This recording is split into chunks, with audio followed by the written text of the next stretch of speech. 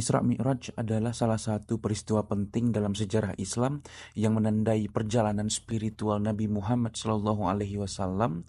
Perjalanan ini terjadi dalam satu malam di mana beliau dibawa secara ajaib dari Masjidil Haram di Mekah menuju Masjidil Aqsa di Yerusalem atau Palestina saat ini. Lalu dilanjutkan ke langit ketujuh Sidratul Muntaha untuk bertemu langsung dengan beberapa nabi serta Allah Subhanahu wa taala. Peristiwa ini ada yang mengatakan fisiknya yang naik ke langit, tetapi ada juga yang mengatakan bahwa ruhnya saja yang naik ke langit. Tetapi dari buku Sirah Nabawiyah yang pernah saya baca jelas bahwa fisiknya lah yang naik ke atas karena setelah balik ke Mekah, Nabi langsung menyebarkan ke Quraisy peristiwa tersebut dan saat itulah Nabi kita seolah-olah dianggap gila.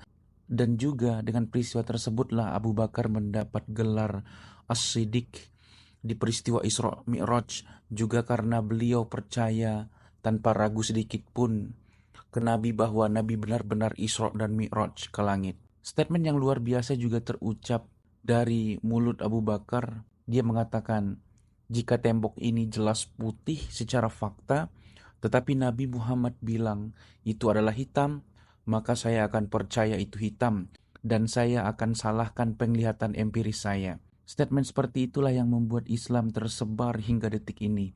Jika tidak, sudah hilang Islam karena pada saat itu keimanan para sahabat sempat memudar karena kafir Quraisy telah menyebarkan isu bahwa Nabi Muhammad telah berbohong karena beliau Isra dan Mi'raj ke langit. Mungkin ada saja yang mencemooh dengan sebutan bahwa peristiwa tersebut bohong layaknya munafik Quraisy pada saat itu. Percaya aja sama orang yang ngaku pernah ke langit. Padahal peristiwa seperti itu tidak perlu dicemooh.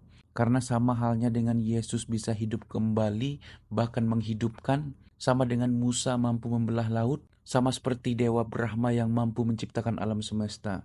Jika pakai logika yang sama, maka jika Anda mencemooh peristiwa Isra dan Mi'raj di agama Islam, maka Anda secara tidak langsung juga mengatakan bahwa agama Kristen bohong, Katolik bohong, Yahudi bohong, Hindu bohong, dan sebagainya. Atau orang yang tidak beragama tidak peduli akan hal itu. Semuanya yang dicemooh, mentang-mentang tidak bertuhan sama sekali. Maka, sederhana sekali sebenarnya. Apakah mungkin sesuatu itu ada tanpa adanya pencipta? Apakah mungkin semua ini tercipta dengan sendirinya tanpa ada penyebabnya?